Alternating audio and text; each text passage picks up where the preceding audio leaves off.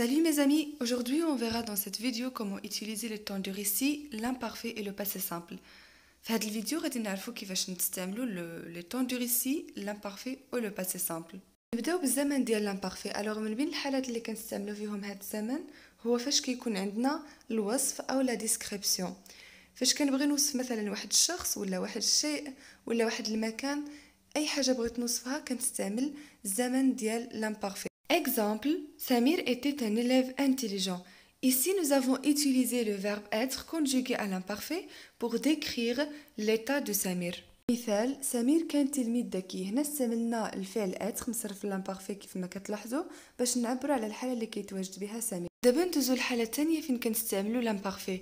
alors كنستعملوا l'imparfait باش نعبروا على واحد العاده اللي كنقوموا بها بواحد الشكل متكرر. مثال chaque jour ياسين faisait du sport. كل نهار ياسين كيدير الرياضة.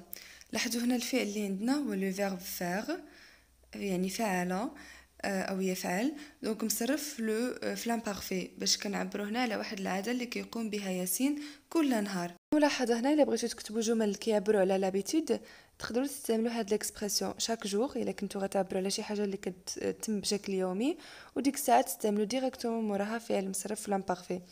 او لا بغيتو تعبروا على شي حاجه اللي كتتم مثلا شاك ويكاند او لا شاك سيمين او لا شاكاني، على حسب داكشي اللي بغيتو تعبروا عليه. من بين الحالات اللي كنستعملوا فيهم لامبارفي عندنا ليكسبرسيون دي سونتيمون فاش كنبغيو نعبروا على الشعور ديالنا.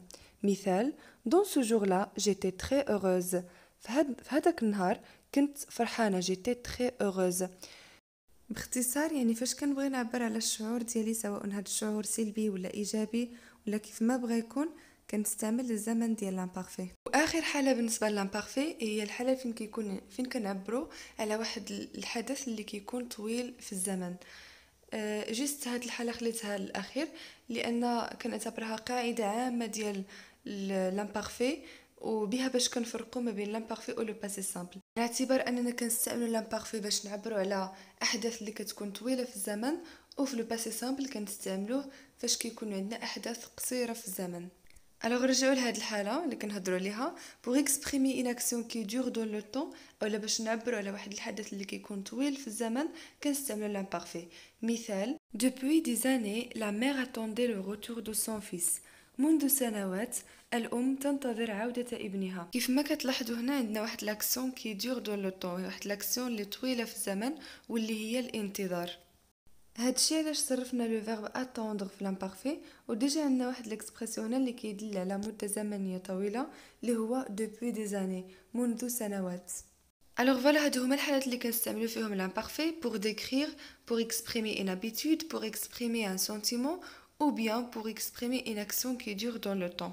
دابا غادي ندوزو الحالات اللي كنستعمل فيهم le passé simple. alors on utilise le passé simple pour exprimer une action brève. alors كنستعملوا le passé simple باش نعبروا على واحد لاكسيون اللي قصيره بزاف في الزمن. مثال nous étions devant le collège quand la cloche sonna. كنا كنتواجدوا امام الاعداديه ملي دق الجرس. alors دق الجرس هي واحد لاكسيون اللي ما كتكونش طويله بزاف في الزمن، دونك هنا كنستعملوا لو باسي سامبل باش نعبروا على دي زاكسيون بحال هادو، يعني كيكونوا كيتموا في الساعه، يعني ما كياخذوش بزاف ديال الوقت. alors الحاله الثانيه اللي كنستعملوا فيها لو باسي سامبل هي pour exprimer une action soudaine، يعني كنعبروا فيها على واحد لاكسيون او على واحد الحدث اللي تم فجاه. مثال soudain il s'enfuit، يعني فجأة هرب. لاحظوا هنا لو فيرب s'enfuir مصرف لو باسي سامبل. شنو اللي كيدل على ان هاد لاكسيون تمت فجأة؟ هو ليكسبرسيون soudain. واخر حاله اللي كنستعملوا فيها لو باسي سامبل هي pour exprimer des actions successives، يعني كنعبروا على احداث متتابعه زمنيا. مثال il frappa à la porte, salua son professeur et les élèves et s'assit devant son ami، يعني دق في الباب ولقى التحيه على الاستاذ ديالو والتلاميذ ومن بعد جلس حدا الصديق ديالو. دونك هادو دي زاكسيون او احداث متتابعه، وكيف ما كتلاحظوا فجميع الافعال اللي كاين في هذه الجمله مصرفين في لو باسي سامبل. عندنا فرابا، عندنا سالويا اي ساسي. هكا نكون وصلنا لنهايه ديال هذا الفيديو. الى عجبكم الفيديو خليو لي لايك وتعليق الى عندكم سؤال او ملاحظه، وما تنسوش تشاركوا الفيديو مع الاصدقاء ديالكم، وشكرا.